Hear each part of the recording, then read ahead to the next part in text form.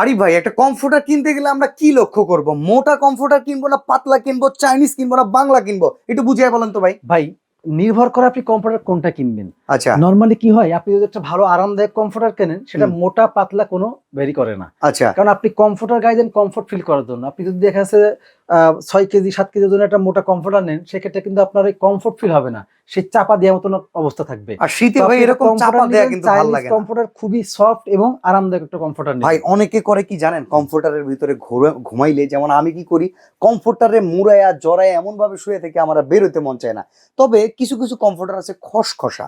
আপনার এই কমফোর্টার গুলোর যে পেডিংটা কেমন ভাই থাকবে? এটার আপনি নিজেই দেখেন, আচ্ছা দেখেন কি পরিমাণে নরম।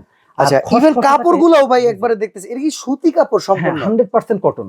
আচ্ছা দেখেন আর ভিউয়ার্স। যেগুলো খসখসে থাকে, হ্যাঁ এগুলো কি হয়, ভিতরে যে ফাইবার গুলো থাকে, এটা হলো আপনার সিনথেটিক ফাইবার। আচ্ছা আচ্ছা সিনথেটিক ফাইবারের উপরে একটা প্লাস্টিক প্লাস্টিক ভাব থাকে। আচ্ছা মানে আচ্ছা, চাপ দিলে কেমন যেন পিছলে পিছলে অনেকটা যায়, ফোম ফোম জাতীয় ফোম ফোম থাকে। জাতীয় থাকে। আচ্ছা, তবে এইখানে এটার আসলে পেডিং গুলো অনেক ভালো।